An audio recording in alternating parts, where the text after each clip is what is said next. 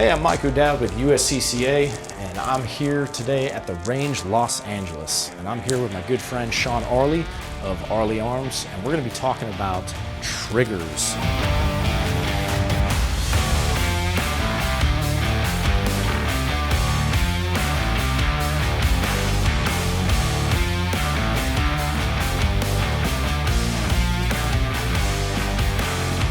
Sean, why don't you tell a little bit about triggers and what they can do for the gun? Sure.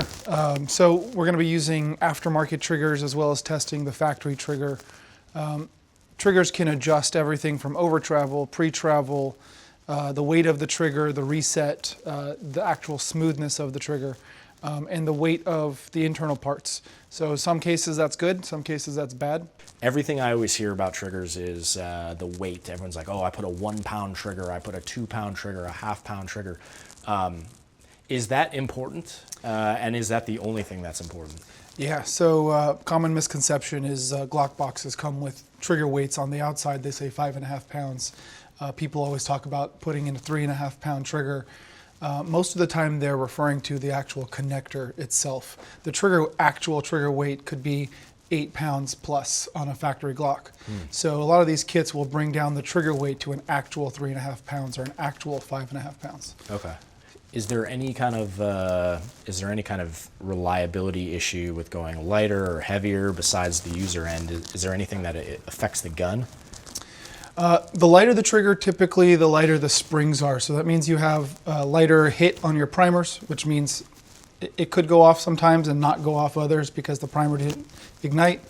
It could mean that the springs aren't heavy enough to kind of push the triggers back into their reset points. And so you have a lot of failures like that in aftermarket kits when people kind of mix parts that aren't supposed to be together. Is there any advice you give for people at home? I know a lot of people watching this are going to want to go out and buy a trigger online, probably install it themselves. Most people don't go to gunsmiths like yourself. Is there any advice you would give the people at home on their triggers and purchasing? Yeah, get a reputable company, get something that's been tested, pay attention to the end of this video. And on every trigger box, it makes a really important recommendation, install by a gunsmith. You might want to make sure that happens simply because sometimes there are things that are just off or a spring goes in the wrong way and then the gun malfunctions. And you just want to be safe rather than sorry. Got it. Okay, so we're going to work through a few different triggers. I know we have 3. Sean, what are the 3 brands we're going to be using today? We have a Timney Alpha trigger, we have the Apex trigger kit for a Glock, and we have a CMC trigger kit for a Glock. Okay. They're all full drop-in kits. So we're just going to completely replace the trigger mechanisms with these aftermarket kits. And then that 4th one we're going to be doing, what is that? 4th one is a parts kit that's super popular. It's a Ghost connector and a Zev spring kit. Okay, so not the shoe, the trigger itself, but just the components. Correct, inside. It's just going to be a factory trigger shoe and bar with all of the components and springs changed. Awesome. All right, so what we're going to do is Sean is going to take the same factory Glock 19. I'm going to test that out. And what I'm going to test is 2 different things. I'm going to test the objective cadence or the split times of the triggers. So I'm going to take the stock Glock, shoot it as fast as I can, and actually see the split times on a shot timer. Then I'm going to play around with it and just kind of see the subjective criteria. Like, do I like it? Is there a clear, crisp wall where the shot breaks? Does it feel good? And ultimately, do I shoot accurately with it? So I'll give you kind of my opinions. We're going to run each trigger through the series of different tests, and then I'm going to not know what brand it is, and at the end I'm going to kind of give you an idea of what I think is the best, or at least best for me, and then we'll also see the objective shot time to know which trigger has the fastest splits. What we're going to do is we're going to start with a stock Glock. We have a Glock 19. This is a factory, never before fired gun. We're going to play around with the stock trigger. Now, if you've ever had a stock Glock or a stock gun of any kind, you'll feel the factory triggers, there's usually a little grit to it. So as I pull this, I feel the friction in the pull. I feel the weight. The weight's substantial. It's not anything I'm not used to, but it is quite heavy, and it is a little gritty. Like I feel the friction as I pull that. There's a lot of slack a lot of play. And the thing with slack is people typically miss because of their slack. They have a flinch response when they shoot, and it's exacerbated by that slack, the distance of the slack. So, for instance, a 2011 gun like a Staccato has no slack in it. It actually makes people who have that flinch miss less amount, that is, because this slack worsens, it makes more dramatic the effect of the flinch response. So slack is a big important factor in your triggers. Also, how hard the trigger pulls, and is there a clean break? Is there a clean break? On this trigger, there's a pretty clean break on the stock factory triggers. This is a Gen 3 Glock. We're in California. Gen 3 is kind of the standard here. Love to hear your thoughts about that in the comments section. But there's a clean wall that we hit with this trigger, and that's important. Some triggers, there's what we call a false wall, where you pull and it keeps rolling a little bit. You feel resistance, and then it keeps rolling. You don't really want that. It's not the end of the world, but it's definitely not giving you the crisp break between the shot and the slack. So I'm gonna go ahead and test these out. I'm gonna fire it, test for the cadence, the split time speed, also feel the trigger as we're shooting it live, see if that grit kind of opens up a little bit or if it affects my shooting at all.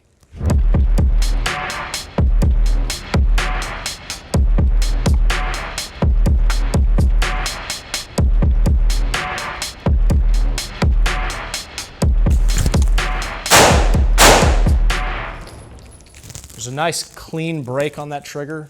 You know, I'm very used to Glocks, so this isn't something out of the ordinary for me, but I can tell where the improvements can be made, particularly in the slack.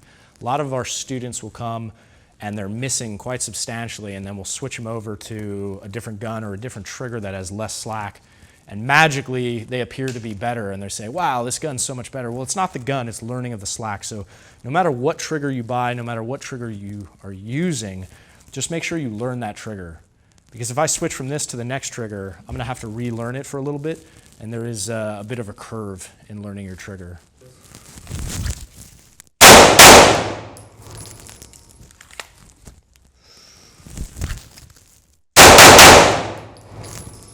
All right, so let's go ahead and take a look at split times. So I'm just gonna shoot this thing at a couple different times and see how fast I can pull that trigger.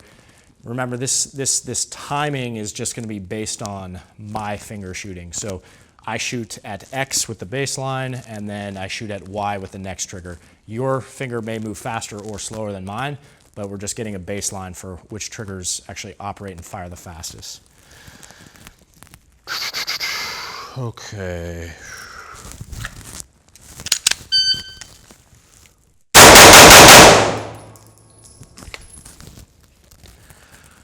All right, so the split times we have here, if you look, we have a first split, 183, that was from the shot. We have a .21, a .18, .17, .18. So the split times of that are .18, .17. I'm gonna do it one more time, see if I can drop that split just a little bit.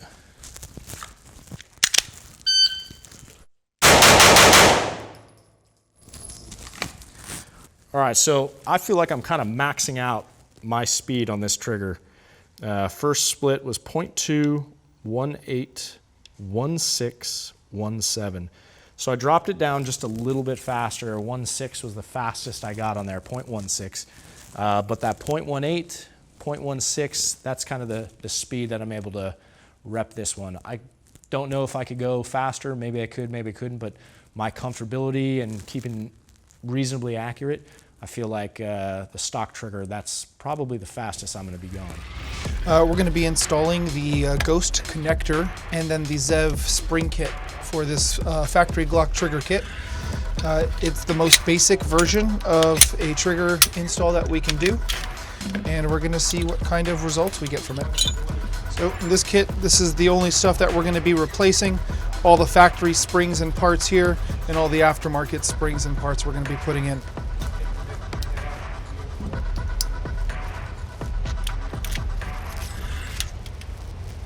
So we are running into a snag on our very first trigger. This was the fourth version we talked about, where we're putting two components in. We're putting in a connector and a spring. They're both from different brands, arguably competing brands, and it's not necessarily the brand's fault. Correct. Can you kind of tell me what's going on right now? Yeah, so, Glock manufactures their firearms to a specific blueprint. These aftermarket companies try to improve on that blueprint, but the way that all of that works is the tolerances of how the parts fit together need to be a little bit looser. So sometimes you run into problems with things being too tight or too loose and not fitting together properly. And then something either doesn't catch where it's supposed to catch, or it doesn't have the correct tension where it's supposed to have the correct tension. In this case, everything is installed correctly. We've tested spring weights, we've tested function of the parts individually. What we're having trouble with here is the actual firing pin catching the trigger mechanism. You can see it's not resetting the trigger. It's not resetting it. Yeah. Interesting. But this is something you guys at home need to know, is when you buy your own parts and you want to Frankenstein your gun, is what I always call it, you better know what the heck you're doing, which is why I always go to a gunsmith. Even though I know so much about guns, I know so much about shooting, it's this guy's job, it's his profession, and so put your trust into the people who actually do this for a living. Otherwise, you're going to waste a lot of money and probably a lot of time too. Yeah. So we're going to be installing the Apex trigger kit here. They make some incredible trigger kits for Smith & Wesson M&P shields. This kit is for the Glock Gen 3. I'm super excited to see how it works out. This particular kit is going to change the trigger bar, the trigger shoe, the firing pin safety, as well as the connector. So this is the Apex 3.5 pound connector, Apex trigger bar, and trigger shoe. Comes as one piece. Should be drop in. There is no over travel or pre-travel adjustment. This is the polymer version of this kit. And then the reason why a lot of companies change this firing pin safety is just because of the shape and the material used. The trigger bar actually travels over the top of this piece here, which causes a smoother trigger. Let's get it together and do a test. Trigger seems to be functional. We are ready to go. First thoughts on this trigger: it feels lighter. It also feels a little less gritty. The wall is less crisp. So I've noticed on this, the stock factory Glock has the same amount of slack and then it goes to a wall. This feels like it has a gradual descend. So it slows down and has more tension. There's this bit, if you can catch this, there's a slack, and then there's an extra. There's a slack to what I think is a wall, and then a bit of an extra before it breaks. That's what I call a false wall. And the false wall, what it does for a lot of people is it makes it challenging to find that wall, because they think they're here, but they haven't pulled the slack all the way out of the shot. So I tend to avoid triggers like that because I'm not a huge fan. But that's just my first impression, is slack feels a little bit less crisp, and then but the pull feels lighter. So let's see how it does in test.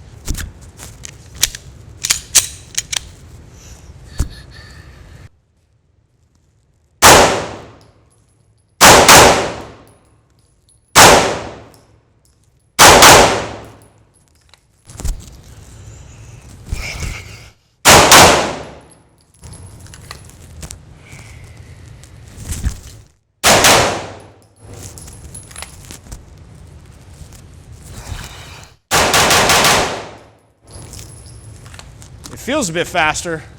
It actually feels like a really nice trigger when I'm shooting it. Let's give it a little bit of a pressure test. Let's see what the split times can do now.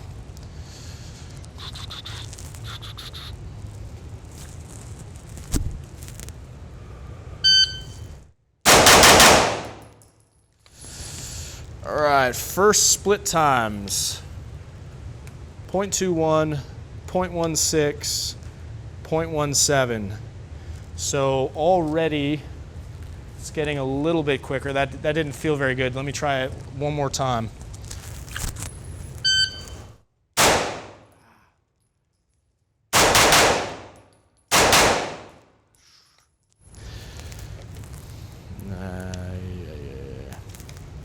I'm having a bit of trouble on this trigger. I think my muscle memory on that factory Glock, because I don't run custom triggers, I think I'm not letting it out all the way, so I got to work this a bit more.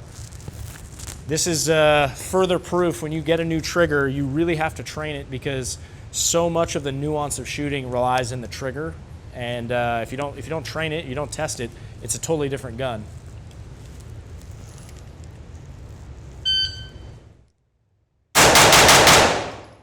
That one felt a bit faster. Let's see what that one was.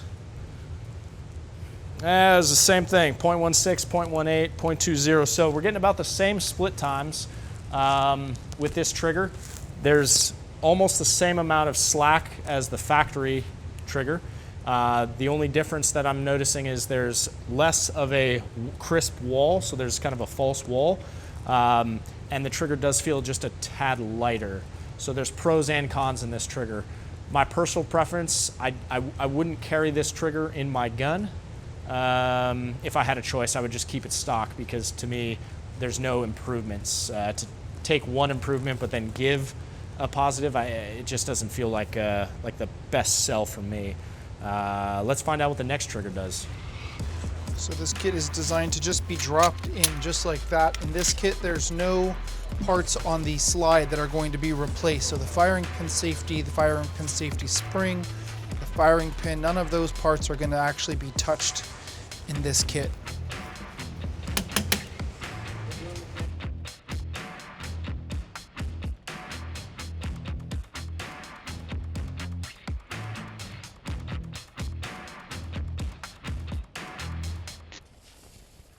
All right, have a new trigger in here. Let's see. This one actually feels really nice. I don't know if you can see this in here. It's got a really cool, aggressive design. There's like a bottom plate to it. Something I remember from my days in the teams was that space. Sometimes shooting with gloves, the gloves would get stuck in that. I'm not sure, I don't shoot with gloves anymore, if that space between the trigger guard and the trigger, I used to have gloves get caught and it would stick, and then I would have to like yank the glove out. I'm not testing that, I'm not testing gloves, but something you might want to watch out for if you do wear gloves while shooting, which is kind of pointless unless you're a police or an operator, but if you do shoot with gloves, something to keep an eye out for. I love the feel of this trigger. The feel of this trigger, it's a consistent, low grit slack. It's very, very smooth. The pull is lighter, feels lighter than the stock. And then the pull, it feels like there's a pretty decent wall. Ooh, didn't love that. Trigger didn't reset. Hey Sean, that trigger's not resetting every time. This one is literally just a drop-in kit. So this is a drop-in kit, and it's for Gen 3. And the trigger itself, as I pull, as I rack, it's supposed to change. Okay, that one did it. That one did not. That one did. That one did not. Okay, so this is already an issue that further confirms my theory. When you buy a trigger or anything aftermarket, you always want to send it to a gunsmith. The first thing I would do with this is send it right back to Sean and say, hey, fix this or give me a new trigger. Let's test it live. But I love the feel, so I wanna keep selling that.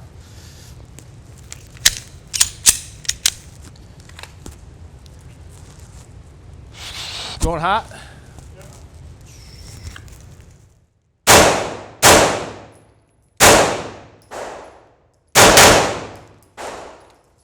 It's a little bit of a stick in the trigger. It's sticking sometimes.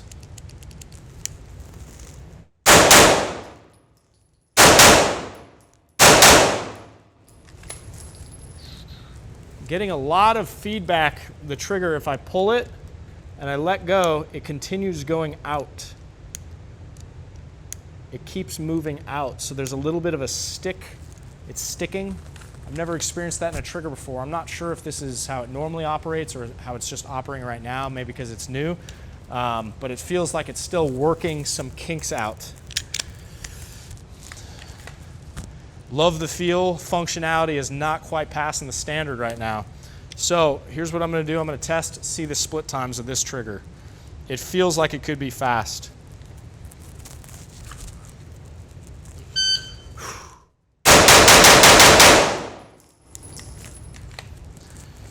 All right, let's see the split times on this. Split time, 0.23, 0.20, so 0.16, 0.19, 0.16, 0.20. Pretty comparable to the other triggers. There's still slack in this trigger. If you notice, there's still slack in this trigger.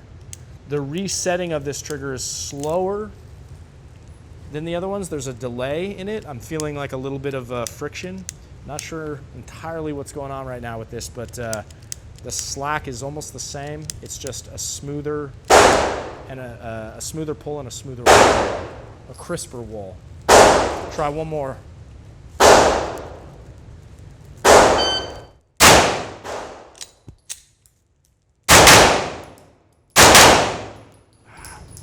Look at that, trigger locked back. Trigger locked back. This is quite an issue. If I'm in a gunfight and my trigger locks back, yes, I can fix it with a tap rack, but that's not reliable whatsoever. So, I hate to say it, this one is not passing. Try one more test.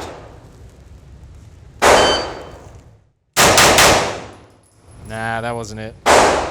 Slower. Okay, so a couple things I liked about this trigger. I loved how smooth it pulls back. I loved the feel of the shoe, which is where your finger touches. Really love that. The slack is pretty comparable across the board so far, how much travel the trigger has to go back. But there are some inherent flaws right now going on in this trigger. I don't know if it's the gun mixed with the trigger. I don't know if it's the trigger itself. But this is a drop-in trigger, and the job of the drop-in trigger is me at home, you at home, order this online, you drop it in. Preferably, it's installed by a gunsmith, but either way, it doesn't have to be. And this was installed by a gunsmith, and here we are, and it's just not working. So, not a fan of this. This is not passing the test. Sean, not sure what we want to do with this. But let's go ahead and take a look at the next trigger.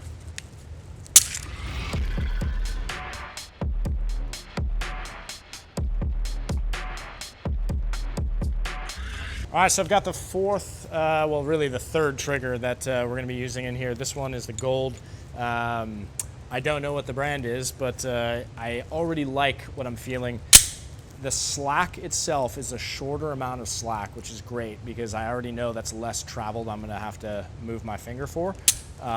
There is no friction in the slack play. It's just a very light.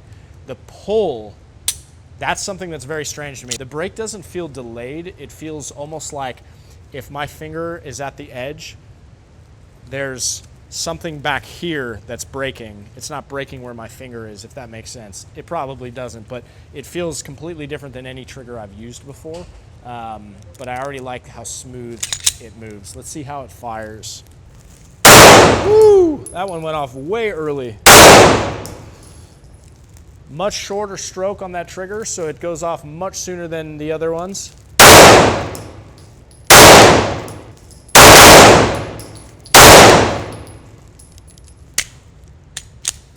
I'm gonna go for a little test. I've noticed I do have to let the trigger out a little bit further than it is to pull it. It's very strange. The pull is shorter than the let out.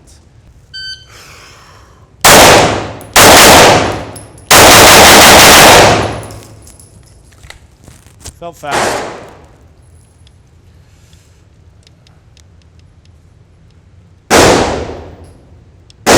All right, so from the time I had a lull, it was a 0.2, a 0.6, a 0.18, a 0.16, a 0.18, a 0.13. So I had a 1.2, a 2.0, a 1.6, a 1.8, a 1.6, a 1.8, and a 1.3. So comparable, but I also feel like if I get to training on this one, this does feel like a faster trigger. Like I was able to hit a 1.3. I haven't been able to hit that yet on another trigger. I'm gonna look at a few more and see if I can actually get that consistently.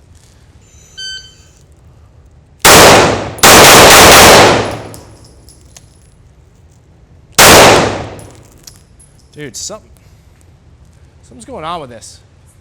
It's the reset.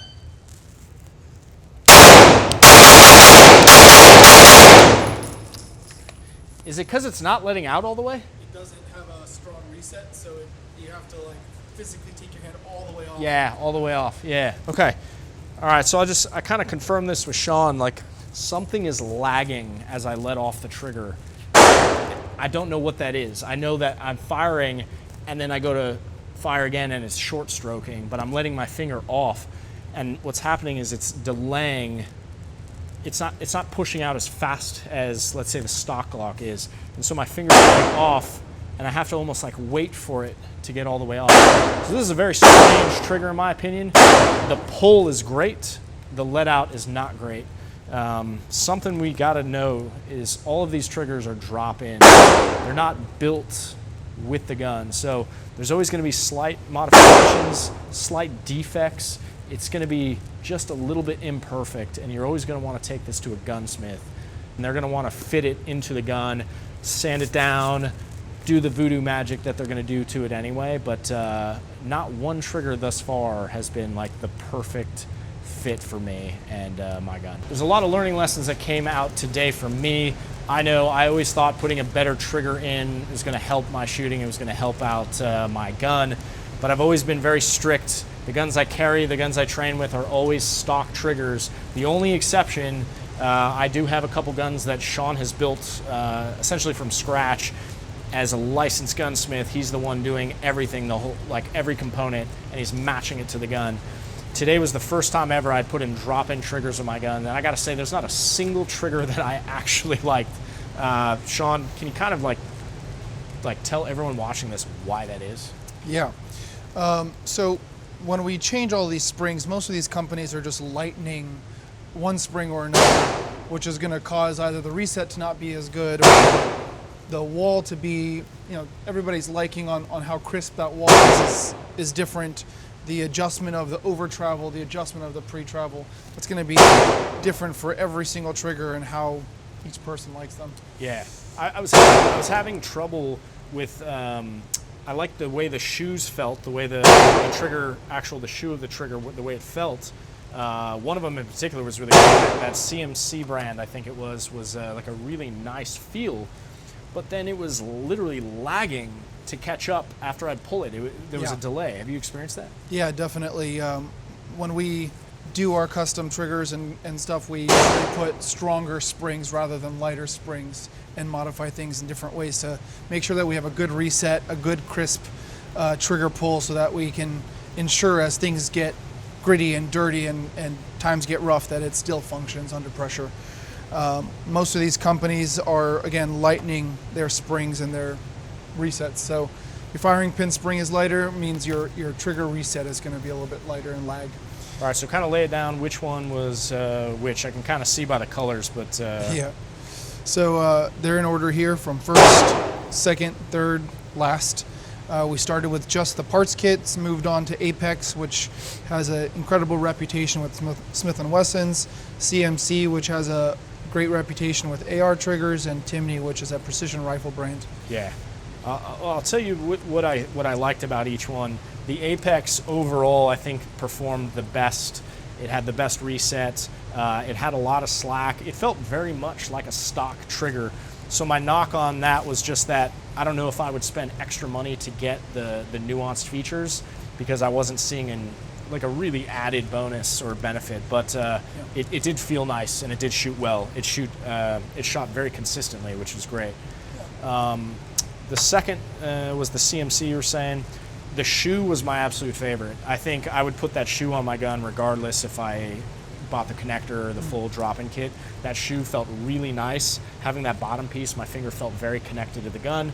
Loved it. What I didn't love about it was the delayed lag time. It was sticking quite a bit, and quite frankly, I just didn't trust the consistency. And then lastly, the Timney. The Timney, very nice shoe. I really like it. I know that some of the guns that you use the shoe of the Timneys, right? Yeah. I've shot that before. I really liked the pull on the Timney, but once again, the lag of the resets, I did not trust that. I would want my gunsmith to work on that and fix it. So ultimately, if I had to pick one of these, I would probably go with the Apex. It was the most consistent, the most reliable for me personally, but there were pros and cons to everything we shot today. Any advice for the people at home who want to do this kind of themselves, or they're on a budget, something that you would recommend to them? Yeah, of these triggers that we looked at, less is actually more. If you can go with something like this Apex kit, or just changing the connector, even though we had a problem with these today, typically this is the safest bet. Try out a good quality connector, spend the money on something. They're a difference of $10, spend the money on that and get something that's going to function 100% of the time. Make sure that once you install it, you don't just rely on it. Okay, take it out and test it. Yeah, that's ultimately like the biggest lesson for you guys at home. You buy it, you drop it in, and then you go test it. You test the crap out of this thing, because I'm telling you, if I bought any one of these kits thinking that they were expensive or looked great or felt great or even dry fired great, they all dry fired really well. And then the performance, I actually found out a lot of flaws. So something you definitely need to do is test out. Put about 500 to 1,000 rounds through those triggers if you're going to do it. So if you like what you saw, make sure you hit that like and subscribe button. We have a lot more videos coming up on this topic and more. This is a very sensitive topic for a lot of people because they become proud of the brands that they carry. We would love to hear the triggers that you guys use on your guns, and if you have any issues with them or things that you think are the absolute best for your gun. And then make sure you follow us for more content. We have a lot more coming on this topic and others. And as always, continue training, because that's how we move forward and that's how we progress. Hey, before you go, make sure you check out the free giveaway that USCCA has going on right now. The link is below in the description, where you can get all the details on how you can enter.